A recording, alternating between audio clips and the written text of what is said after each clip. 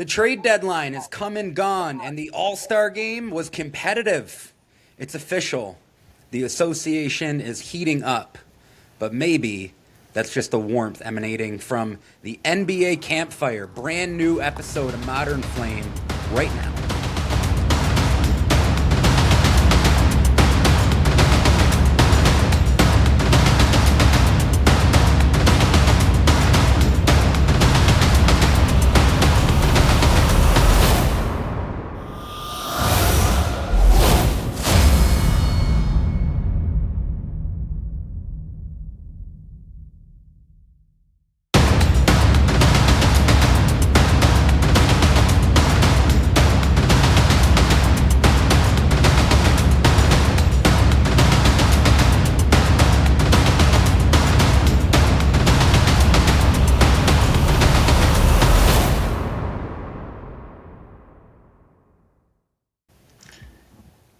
Let's get it. That's Let's get it.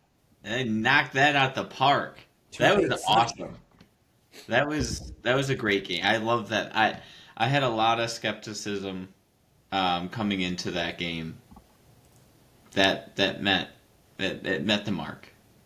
It really did. I planned on coming into this making a joke about how this is your favorite time of the NBA calendar, All-Star Weekend.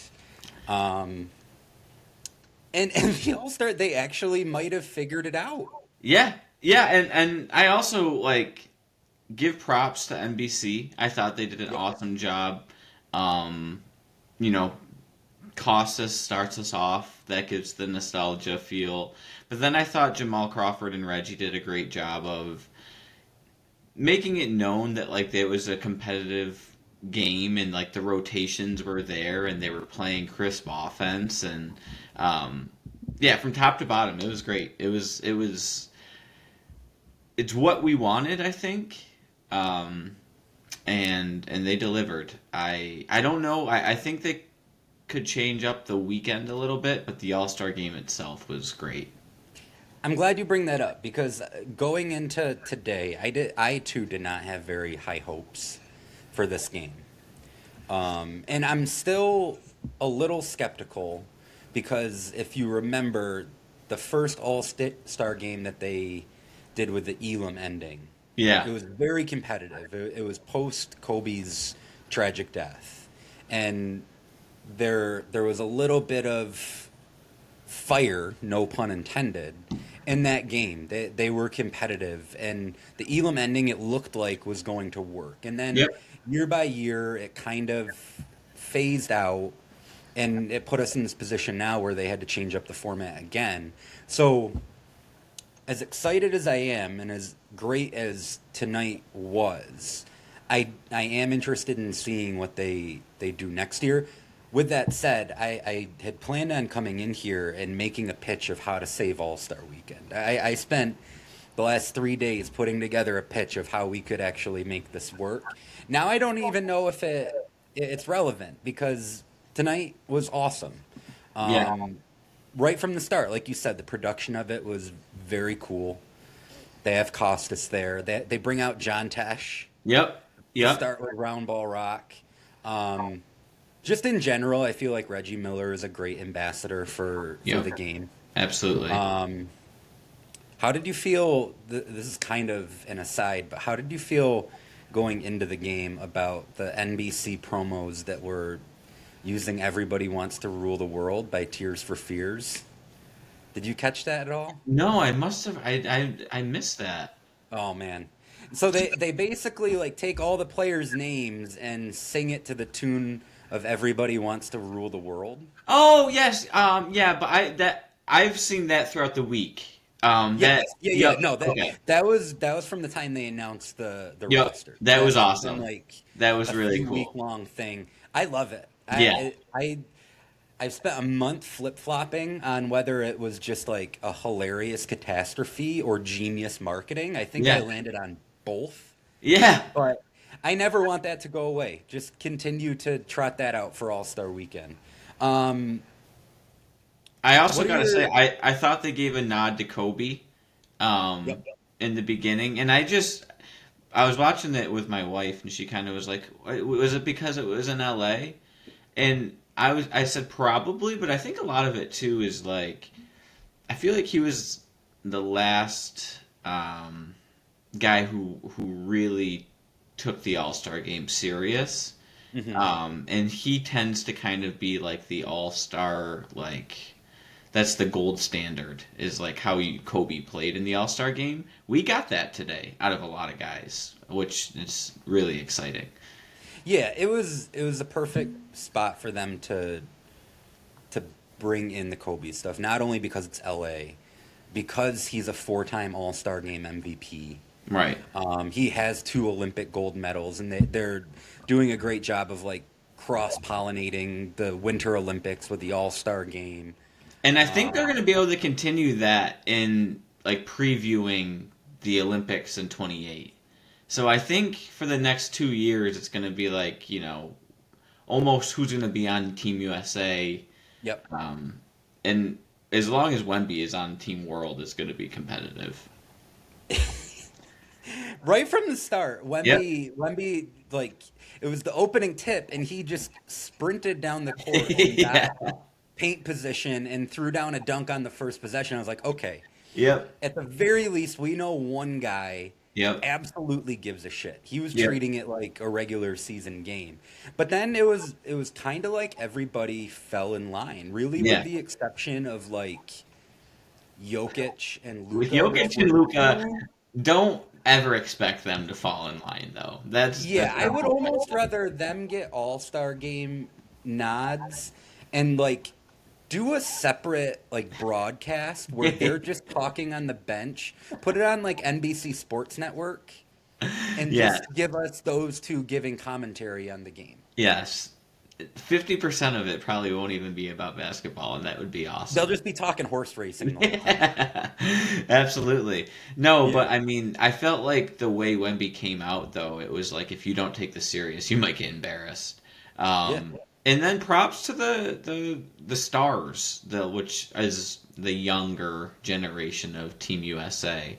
I felt like they were taking it serious too. Like there was a couple um, defensive possessions where like they had solid efforts and made like a block on a layup attempt, which you don't see in All Star There games. were there were more blocks in this game than the last probably 15 All-Star games Hmm. combined out.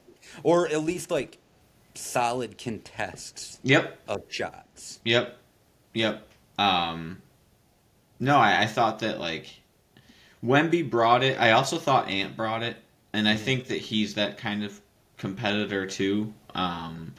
And I think Wemby almost brings the best out of him. Like I'm so Yeah. excited for the Olympics after this. But no, those two guys, and I guess it was more than those two, but really those two stood out with like, oh, they're bringing it. It's going to be a legit game. I mean, I think that those two, and you could probably say Kawhi, they were the three big winners of the Hmm. night. I mean, Kawhi scoring 31 in their second game. Yeah, That was one hell of a show. Um, but really, like I said, like Luca and Jokic were kind of the only two that you felt like were just barely going through the yeah, motions. Like yeah, otherwise, I felt like you had guys running back on defense, like actually playing legit half court defense, where it's not just okay, you're gonna blow by us. There's no help behind us. You're gonna yeah. get a dunk.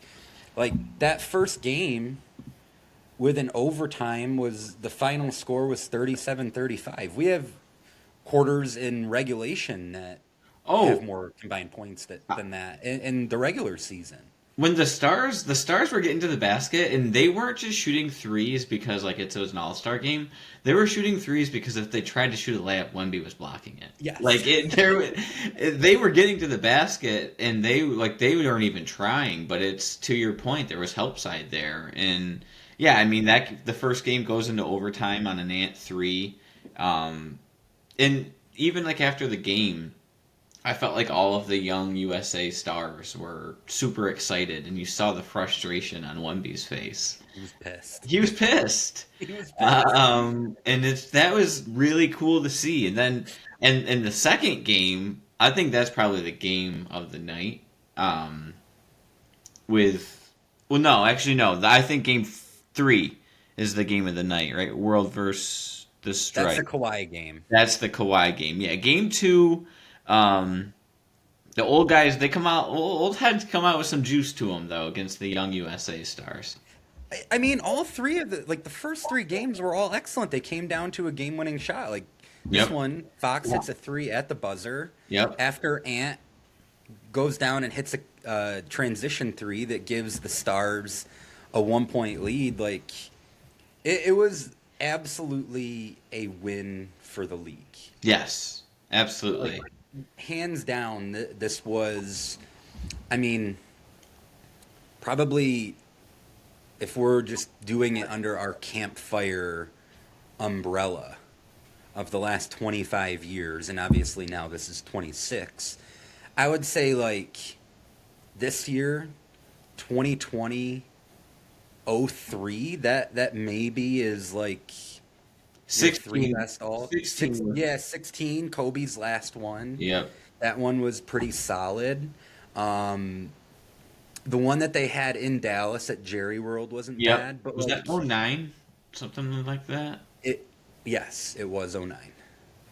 But it's wow, we got a lot of action going on out there with my dog. She's excited. She's fired up. She Yeah. didn't expect it to be a competitive All-Star game. She's geeked. Um, so we talked earlier. You didn't catch much of All-Star Saturday night. No, I mean I'm sorry, but Valentine's Day and you throw the All-Star Saturday Night on at 5 p.m. Eastern, it was hard to make that one. I scratch my head there. Like if you put it on at 8, you got me. I'm watching. I can't. Okay, No, I you, need you that. had to be a good I gotta husband. keep this. And props to you. You were a good husband.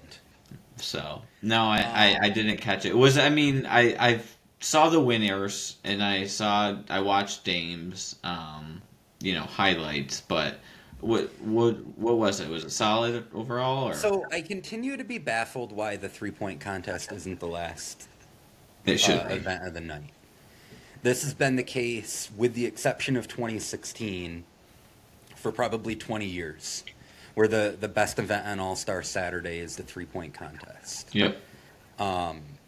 It I think brings the most drama. It has for the last 20 years brought the most stars. Yeah. Oh yeah. I mean, like you look at the contest field this year, it's like Dame who wins it, Khan who is going to be either Rookie of the Year or runner up, Booker, Mitchell, like they're all stars. You have Maxey, he's an all star. Like it's loaded. Yeah. So I didn't get why that wasn't the main event. I'll continue to say that until they get it right. The Shooting Stars contest confused me a little bit because they did this thing where the teams were like walked out by a celebrity. I saw They that. were the designated passer. And I had two questions. They couldn't get a more famous person to represent the New York team than Rick Brunson. That Yeah. was confusing to me. Like I get that he's Jalen's dad. They had a cool little like a bit with those two going the whole time. That felt like a miss. I mean, Spike was right there in the Right. front row. Yep. Not that 70-year-old Spike is going to be out there throwing cross-court passes, but... And then the other thing, maybe you could answer this. I don't know if I'm just not the demographic or I don't pay attention. What did Drewski do to get famous? I think that's just Instagram. We're too old Okay, for is that. that all it is? Yeah, I think we're too old for it. Yep. Okay. Yeah. He's one of those guys where it's like, in my mind, he's famous for being kind of famous. Yeah. Oh well. Yeah. Yeah. That's what I think. But I have no idea what he does. Like, I don't know if he, like, is a comedian. I think he or... falls under the comedian category, but I Okay. think it was primarily, his fame was on Instagram. You know what? I could be completely wrong, and he could be a movie star, but I'm pretty positive he isn't. I'm 100% positive that he's not a movie star. So, yeah, those were the questions I had about Shooting Stars. I will say Corey Maggette went on a heater from, like, 35 feet out. Did he really? Who In the won? championship. Team Knicks won, Okay. but they were going up against the Duke team, Yep. and Maggette hit, I think, four 4-point shots in a row We love that. in the championship round. Got a big ovation from the Clippers crowd that he used to play in front of in a completely different arena 20 years ago. Yep. And then the dunk contest, it was like, I don't know, man. I'm starting to feel like maybe we just punt on the dunk contest. Yeah. There's only so many things you could do. And Hmm. when you start to just see the same thing over and over again, it gets watered down, and it's not really their fault. Like, if, and again, I'm not trying to harp or bash on, what happened in our past, but I'm sure if you watched like a mid '90s or '80s dunk contest, it wasn't the best either. We were, I feel like, spoiled because when we were growing up is when the dunk contest kind of like exploded, and people started trying like crazy outlandish dunks, but like they kind of have already done them all. Like, I don't. It's what do you do? How do you top what you've seen? Um, yeah, it is what it is to me. Like you get to see a bunch of athleticism, but I don't really know how you make it better, I guess. Yeah, it's tough when there are no stars and it just seems like everything's been done, Right. except for like Mac McClung will do one weird dunk. Like he posted some on Instagram Yeah, like a apparently where blindfolded he was dunk like, or "These are the something. dunks that I would have done," and Yeah. it's like, okay, that's cool, but like even all those are kind of like the same thing. Yep. Um, yeah, I don't know. The two highlights of it for me were Kashad Johnson jumping over E40 and then hitting the Dougie right after it. Like John Wall must have been proud. And then Jace Richardson doing something I've never seen in a dunk contest and almost giving himself a concussion. I never His head thought hit that, the like, ground so hard. the fact that that didn't happen with like Birdman when Birdman was in the dunk contest. Um, Oh my god, I'm crying. He literally, I thought he was dead when I saw the highlight. His And head I bounced loved off it the too ground. because Reggie doing everything he could all Star Weekend, being a great ambassador for the game. That happened, and then he completes the dunk like two dunks later, and Reggie's trying to say like his degree of difficulty should go up because he got hurt two dunks ago. And I was like, Reggie, just like it is what it is, Reggie. He was I trying. love that. I love that. Um, Yeah, no, I don't really think that the dunk contest. But again, if you throw that as like the sandwich in between the skills contest or whatever and the shooting contest, so as the 3-point contest goes off at the end and that's what you really walk away remembering, I think it's a fine night and you Yep. keep it. I don't think you need to scrap it, but maybe just rearrange the order. So here's what I would do. Here was my pitch to save All Star Weekend. I think, and again, I am open to keeping things the way that they are for the time being because tonight was really entertaining. So, All Star Saturday night. I think we just do one night. Okay. You have a dunk contest with the G League, the best G League dunkers to start things off. Let them open the show. These are guys that no one in the crowd will necessarily know, but maybe they do some shit that we haven't seen before. Let them be the Yeah. starting point. Yep. Next, I have to say I'm partially hijacking this idea from a recent Bill Simmons podcast, but I'm going to put my own little twist on it. It's called the 15-man Legends One-on-One Royal Rumble, Okay. where we are going to have 15 former NBA players randomly draw numbers 1 through 15. Two players start, and they play one-on-one to 2 points. Winner stays on, and then the random draw determines what legend comes out next. and you just play one-on-one until all 15 guys have been drawn. Okay.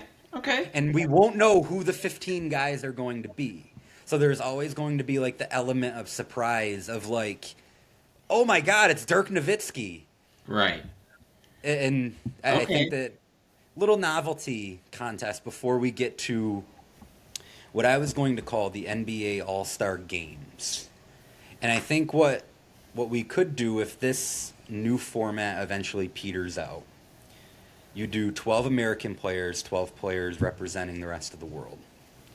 And we do 5 events, and we go best of 5. And we do one 3-on-3 game, one 2-on-2 game, one 1-on-1 game, a 6-man 3-point shooting contest, and a 6-man shooting stars and skills hybrid contest. Okay. Okay. Now, this was the pitch that I was going to make as I thought we were going to get on here and just be talking about another All-Star Sunday night that was Right. just a catastrophe. Now I don't know. Now I'm like if No, these I think guys you are gonna gotta. I come think out and play one quarter, like one hard quarter, just run with it. I'm telling you too, especially because you got these young guys who are the ones leading it. Yep. So you got to lean into it. Like, I'm with you though. Like, it had this failed, and no, there was no Wemby, there was no Ant who felt like they were gonna just consistently be an all-star and kind of bring that level of competition. You probably do have to start thinking of something else. Um, I do like the Legends Battle Royale though for like the Saturday night. I like the G League dunk contest.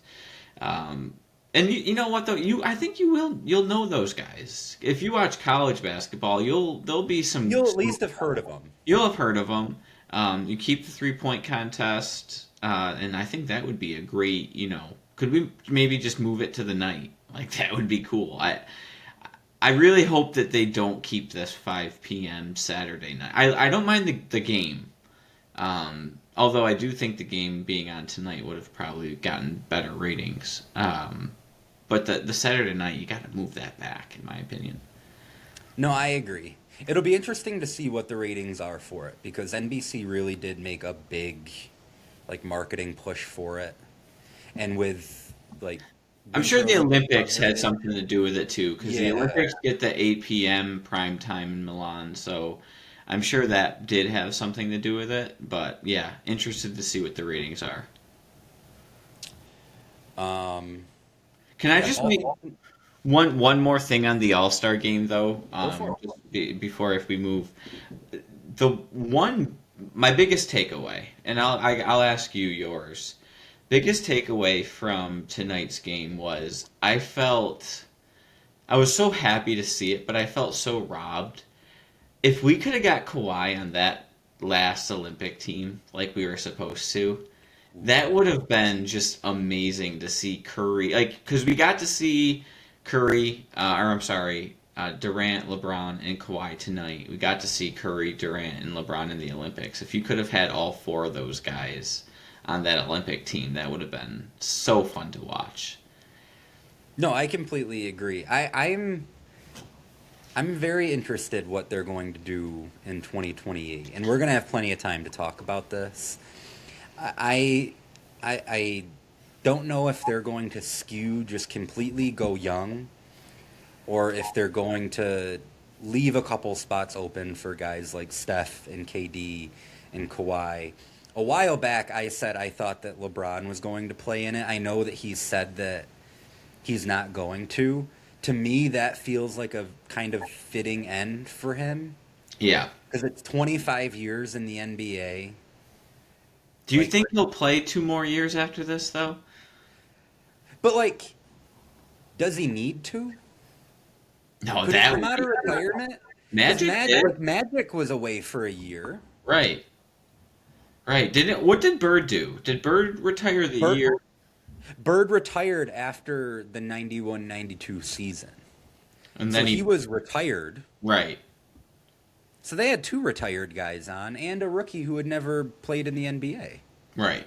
Yeah, no, that would be sweet. If he that would be really cool. He says no. Obviously, you can never count him out. I do think though that they'll definitely leave a spot at least open for KD. I think KD gets like the Mellow treatment where he probably has a spot. Mellow still might have a spot. Um, If LeBron does, just bring Melo too. Yeah. yeah, yeah, but no, like there was a lot of young guys though tonight that I'm watching. I'm like, ooh, he's probably got to be on the team. I think Chet Duran or Duran, sorry, those two almost need to be just with the size. Yeah. Um, No, they're yeah, gonna need it. yeah, No, it's gonna be interesting. Ant's getting a spot. Booker's probably getting a spot. Um, you know, c- whether it's gonna be Cade or Maxi or Brunson, um, they'll have an abundance of choices. That's for sure. yeah. Uh, Trade deadline. We never got to talk about the trade deadline. We were going to do a sort of gimmick where we talked about one thing we each liked, one thing we each didn't like, and one thing we were confused about. I don't know if you want to do that format, or we can just pick a trade, talk about it. We kind of agreed that we were gonna just freestyle here. Yeah, yeah, we could go with that format. That's fine. That's fine. Okay. I'm gonna start with one thing I'm confused about, if you Okay. don't mind. Yep. I'm confused how I managed to talk myself into the James Harden trade as quickly as I did. Okay. What? Talk me through that. So I received a text message from like three or four different people uh, telling me about the trade. I hadn't seen it yet, but I got a few different text messages, and the same thing. It was all kind of like the Beards coming to Cleveland, and my response to all of them was simply, "I hate it." Okay. Um, Now I'm at the point where I'm like fully on the other side. I've 100% talked Well, myself you went to into a it. game. Was it being in there in person? Even before I went to the game, I was coming around, and like I don't want to say it was the game because it was against the Wizards, and it's not even like Harden played particularly well. Like Sam Merrill was the big winner of that game. Oh, absolutely. Um, but like inevitably seeing Harden in person and up close, I was 5 rows from the court, which was absolutely incredible. Um, Seeing him in person definitely like skewed some things in his favor. Like we just did a game of his for Campfire that's going to be coming out this Friday, and like you could see the vision, you could see how strong he is when he's attacking the basket, just like upper body. Yep. Guys kind of bounce off of him, he can absorb contact. Then seeing it in person, and he's not the player he was in 2018, but like he threw one behind the back pass where I don't remember who set the screen for him, but they kind of like set a ghost screen and then like just dove to the basket. Mhm. And Harden just a wraparound lefty behind the back that hit him perfectly in stride for a layup. It Wasn't might it have been Allen? I actually think it was Sam Merrill. Okay. But I mean, Allen has been feasting since Harden got Yeah. there, which we just saw Harden manufacture Clint a Capella. bunch of easy buckets for Capella. So like it's not necessarily a surprise. But just looking at how this team is positioned in the Eastern Conference, and Harden has been having a great year. Yeah. Like flat out just better than Darius Garland this year. Better, more durable. Probably strange as it sounds, not as much of a defensive liability as Garland, just because he's a little bit bigger Bigger. and stockier, and Right. he'll mix shit up and get some contested rebounds and stuff like that. Um, I think him having Mitchell, like having another perimeter scorer take some of that burden off of him. Like you don't need him to have huge games in the playoffs. He could be passive and more of a distributor, and he's great at that. And the Cavs have the guys on that roster to make it work. Yep. I I think that they might be the best team in the East. Yeah, I mean, going into the year, they were, I think. I think everyone thought they were probably the favorite. And, Garland hasn't been right really in like a year and a half. So, they finally get the point guard. And they're starting to get healthy too. I mean, they were without Strus to start the year, and I don't think people really thought Merrill was maybe who he is as a real legit floor spacer. I think they thought maybe that was going to be Strus. But they've, weathered the storm a little bit. Mitchell's been great. And you bring in Harden, who seems to be happy. Like he wanted out of the Clip. It wasn't like this is like, oh gosh, I'm going to Cleveland. Yeah. Seems to be this is the team he chose. And the East is wide open. So I don't think it's crazy to say that, the Cavs are the best team in the East. I look at their playoff rotation and I'm thinking about like, okay, who are the 8 guys who are going to get minutes in a postseason series? Mm-hmm. And there's not a weak link. I feel really good about whatever 7, 8 guys they're going to play in a tight series. Yeah, they're gonna have. I think they're just gonna have a lot of questions to answer. They have the roster. Are the lights It's going not to a be proven too bright? commodity yet.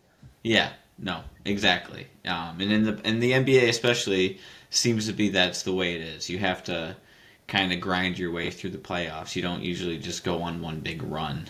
You kind of work Right. your way up. But in saying that, like the Pistons haven't either. So really the only team that has is Boston, if they're right, and New York a little bit. So yeah, it's wide open. I don't think that's crazy. I get it though. I get the confusing part of it. Because my Because it flipped very reaction to quickly. it Yeah. was so negative. Right. But yeah, in addition to that, under the radar, but like bringing in Dennis Schroeder and Keon Ellis for Hunter, who had been terrible this year. Yeah. Like you had 2 guys to your rotation for one who was kind of already losing minutes to Jalen Tyson. Yeah. So I really like what Cleveland did. It made me very happy. It was cool to be there for Harden's first home game in Cleveland. They were handing out the beards. They had the beard on the mascot. Like everyone's fully bought in for now, at least. And of course, it didn't take long for the reports to come out that Harden and Mitchell were already planning on making a play for LeBron in the Yeah. offseason. I ate that shit up like catnip. Yeah. Of course. Of course. Makes perfect sense. My my one thing is much different, and it's not nearly as impactful in the league. The Bulls got me scratching my head though. They traded for every single combo guard that they could find. And on top of that, they signed Mac McClung to a 2-way. I mean, they have Giddy. He's I think that they just end up. I mean, a lot of these guys are on their last year of their contract, so maybe they just we're doing it to cut cap, and it was just interesting to see that a team traded for 5 guards, and hopefully they just fall out of the play-in. They've been in play-in purgatory for way too long. So maybe just go full tank. But that caught my eye. It's like, what the heck? I kind of like stealth. I think that's what they were doing. Yeah. Yeah. Because Charlotte caught him. Yep. And 3 months ago, if you would have told me that I'd be celebrating the fact that the Hornets are in the Telling you, man, the Hornets look good. They do. I mean, 9-game win streak right up until a couple days before All-Star break. Yep. Yep, got into a little bit of a fist fight that threw us off our rhythm, but we came back, bounced back with a win the next night. So yeah, I think I'm a You're Hornets fan. saying we. Okay, I was gonna say is. I'm not, but I think I might be becoming one. I'm not sure. Not sure.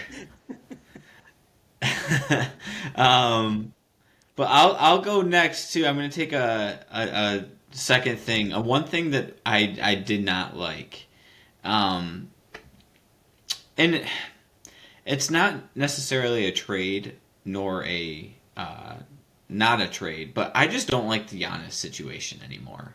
I'm over it. I just like. That was my thing. I don't like too.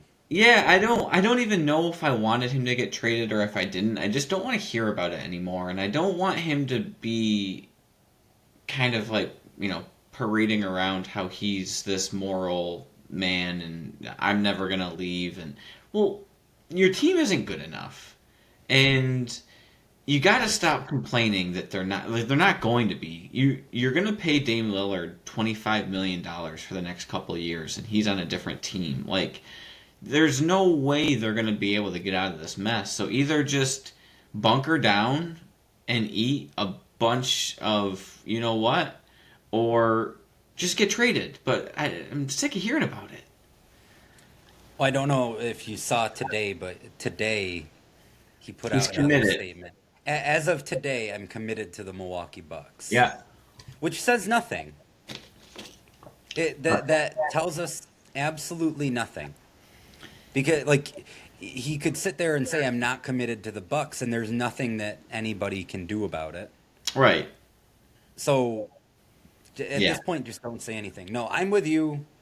Um, I had told you back before Christmas I wanted this to be something that waited until the off season, just because I felt like the off season needed that one big Yep. kind of carrot dangling.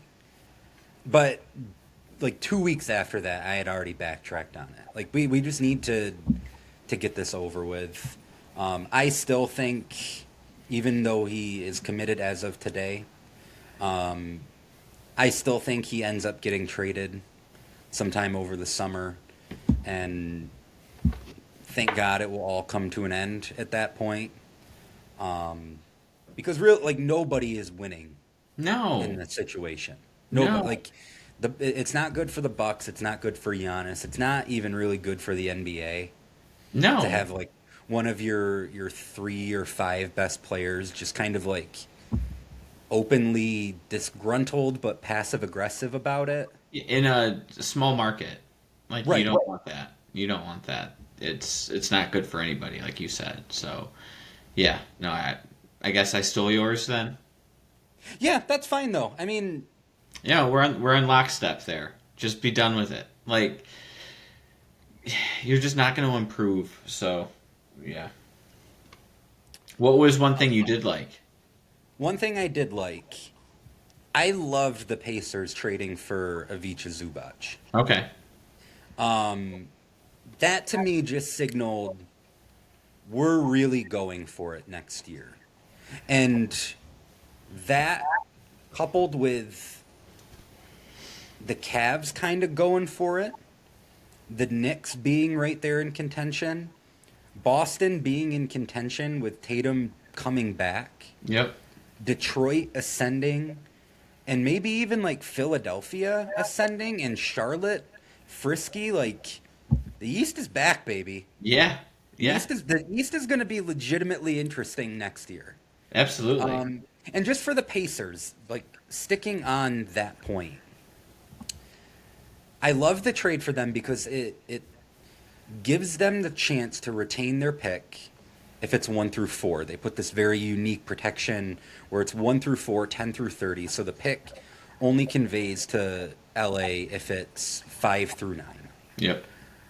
So they are in full blown tank mode right now, Yes. getting $100,000 fines, and you know what? Yep. Eat it, take it.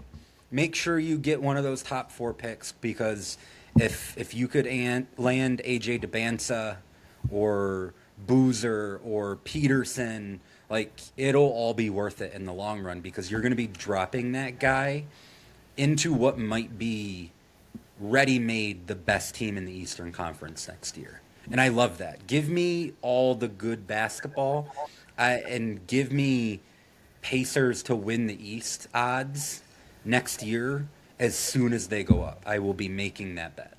Yeah, I mean, so I did a little research too. That was actually it was the Clippers with the protection 10 through 30. So they didn't want that 10 through 30. Um, That kind of makes sense to me because so it rolls over and it's unprotected yep, and if they don't get it. 31. Yes. Yep, Which, take that bet. Who yep. the hell knows what's going to happen 5 years from now? Right, right. Um, yeah, no, that actually makes a lot of sense to me just thinking, and I think you and I actually talked about this Yep, yep, offline, like what would have what would have pushed these two teams to put those exact protections on the pick. yep, And we kind of speculated that it was probably Indiana wanted to give themselves some wiggle room to make sure that if they don't slip in the lottery, they're retaining their pick, but the Clippers don't want anything outside the top 10. yep. You'll take the chance that it could end up being higher than that come 2031. Yeah, yeah. No, so I'm with that. Solid pickup for Indiana. I also just I'm gonna go to another pre agency move, and that is I don't mind Washington taking a swing and getting AD in the trade. And the reason for it is the picks that they gave up aren't great picks. I think one of them's like an OKC pick, maybe, or it's a solid team. It's not their own picks. It's a solid team that shouldn't turn into anything really special. Um, and Anthony Davis is, I think he's going to be expiring in a year or two. You have Trey Young. I think they'll probably be tanking too as well. So maybe they'll get a young superstar, and go for it. And you're in the East, and like I think I don't even know if you mentioned them in your teams in the East. I Um, didn't, and what I will say, Washington, they weren't playing SAR. Like they're another team in full blown tank mode right now. yep. That team played really hard against Cleveland. Yeah. Yeah. Like they legitimately gave a shit. All the guys who were out there. So I just pulled it up. The picks that they sent out were 2026 first rounder from Oklahoma City, 2030 first from Golden State could be interesting That could be a solid pick. because by that point Steph's likely Yep. gone. Yep. Who the hell knows what do they go all in for Giannis? Do they just are they content with writing it out like that? That could actually end up being a really valuable pick. Hello, Yeah. a cool outfit. It is a cool No, outfit. not cool. I thought it's cool. No, my Um, fiance, my fiance did not think it was very cool. um, She's marrying me, so yeah. clearly I'm Well, doing something right. yep. That's right. No, so on the Davis trade, I agree with you. Um, like they didn't have to give up any of their sort of intriguing young players who you could talk Right. yourself into. That Golden State pick that they're going to convey in 2030, that might end up being something interesting. What I like with this deal, though, and even really like the trade as well, they could have flexibility where if things aren't going right next year, That they trade him could just again. be deadline sellers and trade Yeah. those guys off and recoup more picks. Right. Like, Right. who the hell knows who's going to be buying at the deadline next year Right. as they're going for a title push? And Anthony Davis could be very valuable at that point to a team that thinks they're one piece away. Yeah. So, It was confusing to me at first, and you were actually the one who alerted me of the trade. And I was Yep. grocery shopping, and I didn't see Yep. what picks they were sending out. And I was like, why the hell would Washington give up Right. their own picks Right. for a guy who's my age?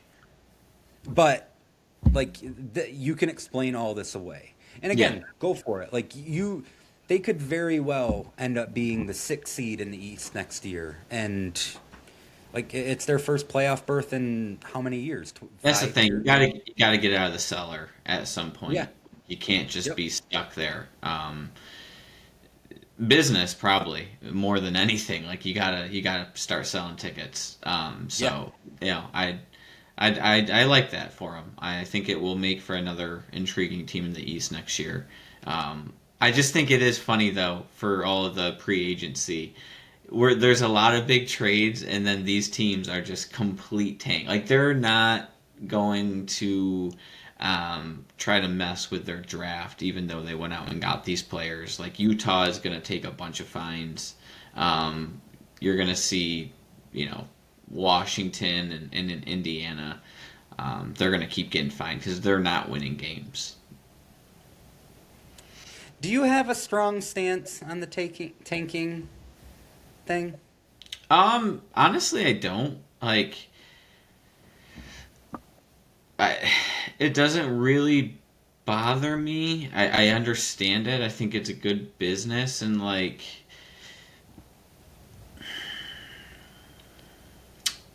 I don't really think there's a way to stop it. So I also don't think that. I think the play-in tournament has helped a lot because there's not as many teams doing it.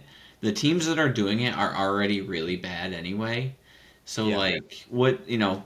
Oh, Utah's not playing Marketing tonight. Well, I was kind of chalking up that OKC was going to beat Utah anyway. Like it doesn't matter. Like you know, it doesn't affect me that much. But yeah, do you have a strong stance on it? No, at least until we get a solution that actually like makes sense. But I haven't heard one yet.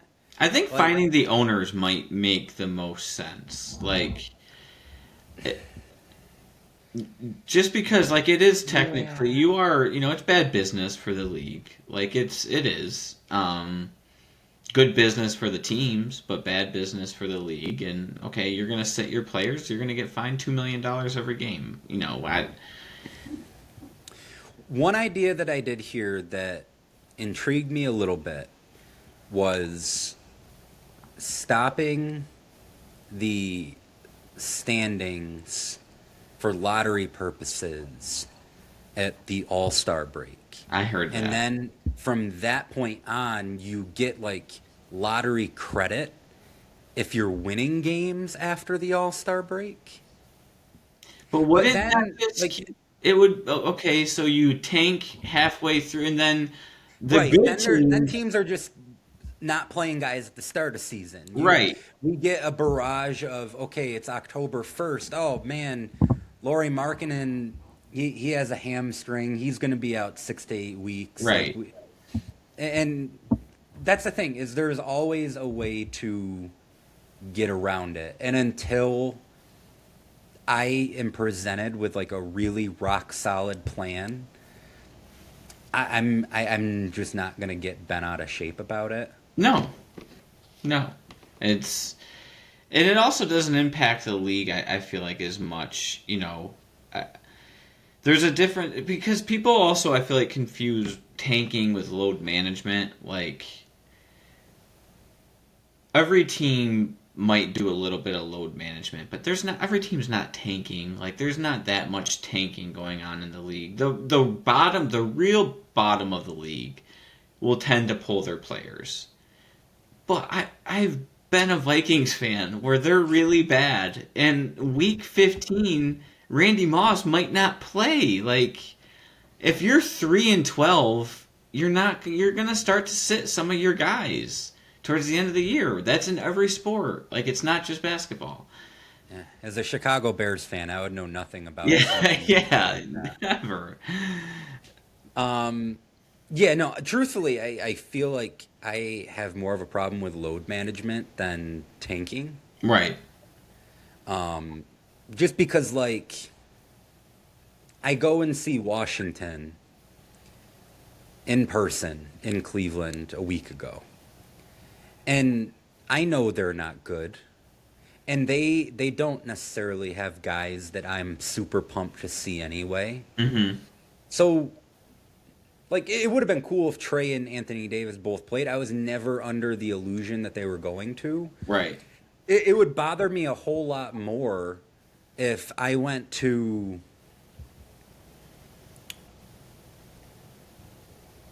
Pistons Cavs and and Bickerstaff was like, "Yeah, we're gonna load manage Cade and Duran tonight." Yes. Like that would piss me off. It would. It would. But And again, I get why they do it, but just from like a fan experience of it, that would elicit a more kind of like passionate response from me than teams who there's just an incentive to be bad at a right. certain point.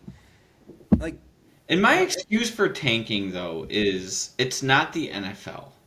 There's not 16 games. It's you don't get a week off in between. And I know right, players play hurt in the NFL. I'm not trying to say that, but the games are more important. They matter more just because there's less of them. So you need to be out there. And an 82 game season, like there's going to be wear and tear, and there other sports do it too. Like I'm sorry, but if your favorite player is a MLB catcher and there's tickets in your city for a Saturday game at 1 p.m.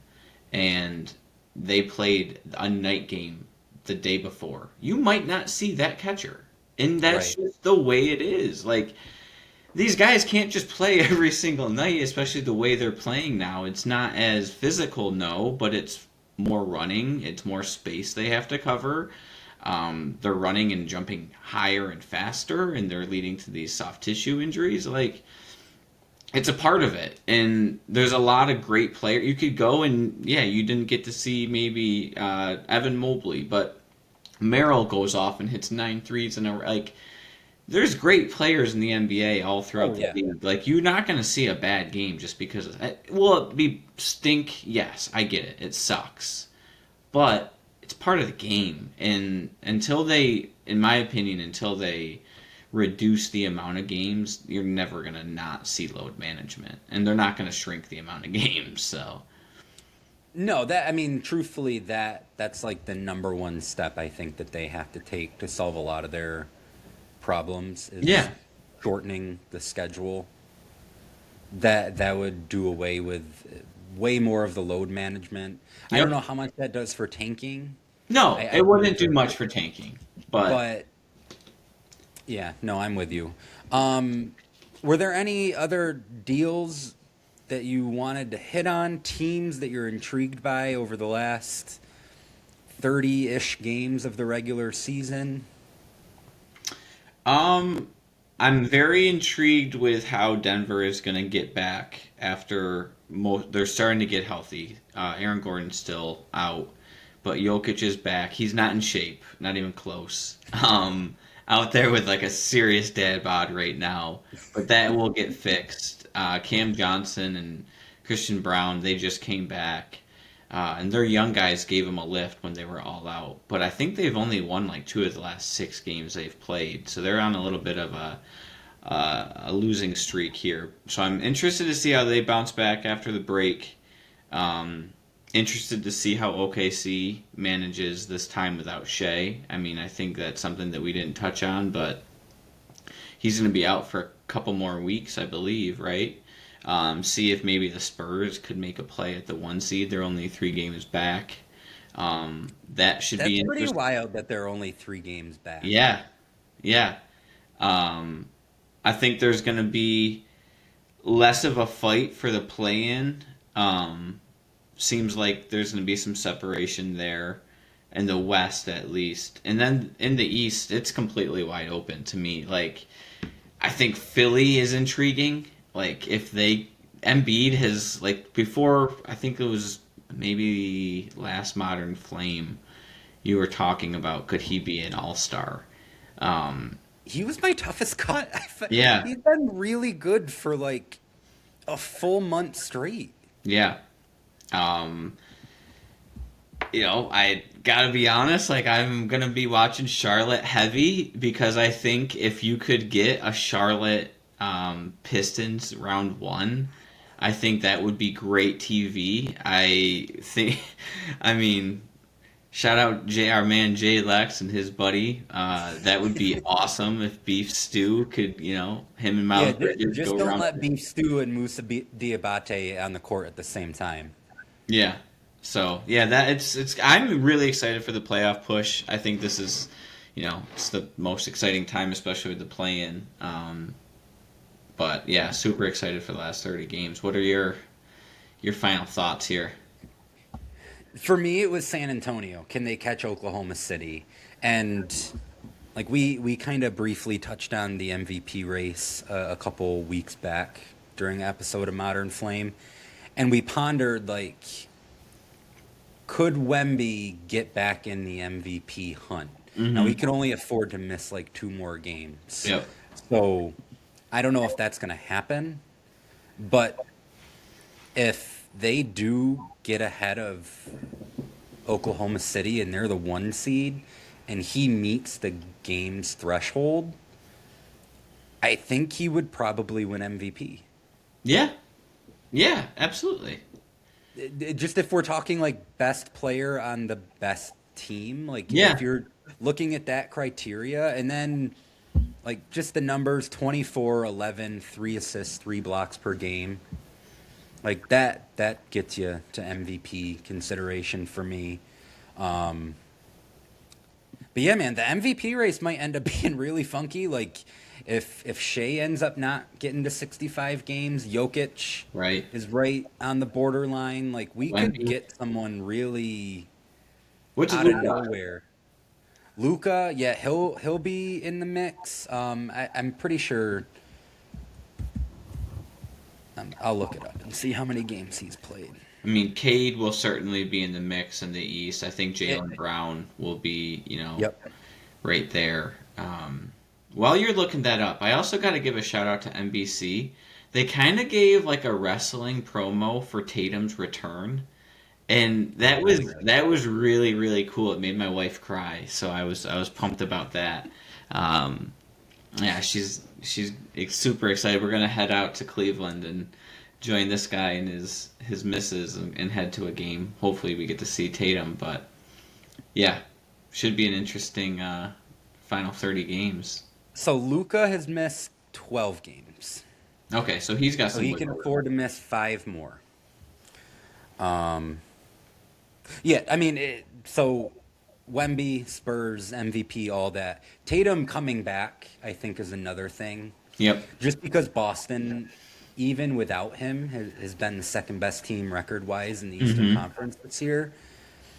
Reintegrating him will be interesting. Like, does it stay Jalen Brown's team? How many minutes is he playing? What sort of role is he playing? We've seen him kind of in more of a distributor role, playing point forward in the past a little bit. Do they lean more into that? And your Brown is still kind of your number one scorer. What that does to the East playoff race. Yeah, man. So my thing is like for all the people, and there's been a lot of discourse about tanking, and the guys don't try in the All-Star game, and like it's felt like we're focusing on a lot of the negatives. We're gearing up for a really, really interesting final month and a half, 2 months of the regular season, and what should be, and with Oklahoma City kind of fading a little bit, it's feeling like a pretty wide open postseason. Yeah, if the All Star game set the tone. I can't wait. Like because after tonight, Wemby's gonna be fired up. I feel like coming out of this break. So it was an awesome All Star game. Got a lot of the competitive juices flowing. you just mentioned there's a lot to look forward to in this playoff push. Um, yes, I just can't wait. It's going to be super exciting. It's going to be wide open. There's going to be a lot of teams playing for a lot of different things. Like you're going to be playing for home court. You're going to be playing to get into the play-in. You're going to be playing to get into the top 6. Like, there's going to be a lot of competitive basketball over the next month or so. You picked Rockets Knicks as your finals matchup before the season. Would you revise if you could? 10 out of 10. I've lost with Steven Adams going down, and I don't know when's he coming back.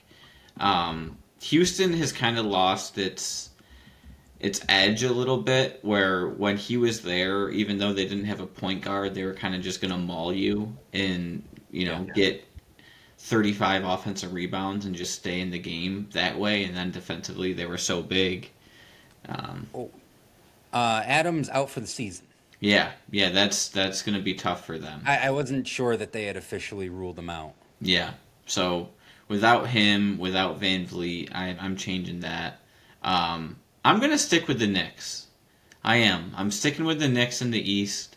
I think that the East is still wide open. I don't think Tatum's going to be right, and I trust Brunson more than I trust any other player in the playoffs. Just based off of the last couple of years, I thought he's been a stud in the playoffs. No, that's fair. So that's what I would go with. Let's stick with the Knicks. Out of the West, I mean, give me OKC, but can't sleep on our MVP candidate here. I picked Denver and New York. I would stick with Denver, assuming that Aaron Gordon is healthy come playoff time. Mm-hmm. And that could prove to be a big if, but if they are whole and Jokic is kind of rounded back into shape and Murray is playing the way that he has, Yep. they get Peyton Watson back and he continues to play well. Who the hell knows what we're going to get out of Cam Johnson? That to me, like I felt going into the season, that's the best player. That just feels the safest to me, even though they're in third. East, I would actually change my pick. I would go Cleveland. Yeah. That's But fair. again, Detroit, they're right there. Like we're doing a disservice to Detroit, who Oh, absolutely. has 13 losses at this point, fewer than Oklahoma City. So, like, and we've seen over time, this shit happens for teams way quicker than we expect it to. Yeah. Yeah. I mean, we were talking about Golden State over the last couple episodes of Campfire. They made 2 playoff trips and won a title. Oklahoma City, same thing. They win the title last year. They're young. In some ways, it maybe feels a little bit early, but sometimes it just happens. So, yeah, it's going to be one hell of a stretch run. Very happy that you and Bianca are going to be coming. Hopefully Absolutely. Jason Tatum plays. Hopefully she doesn't cry. Oh, she's crying. She's crying. She's letting him flow. She's letting him flow. I might let him flow. That's all right. That's Yeah. all right. You know what? You know what we've learned throughout Campfire? It's okay. It's okay to cry about sports. Panic healthy. attacks, cry, it's all healthy. Yeah, you got to get that shit out. You can't let it build up. That's unhealthy. Nope. Nope. All right, my man. It's been fun. It's late. Not too late because, as you said, All Star started at 5 o'clock for some inexplicable reason. But Vin, rest up. We'll have a new episode of Campfire coming this Friday. A good one from 2019. Yeah, the Featuring a star of the game star tonight. Star of the game tonight, absolutely. Little tease. That's All right, right. buddy. Until next Take time. care.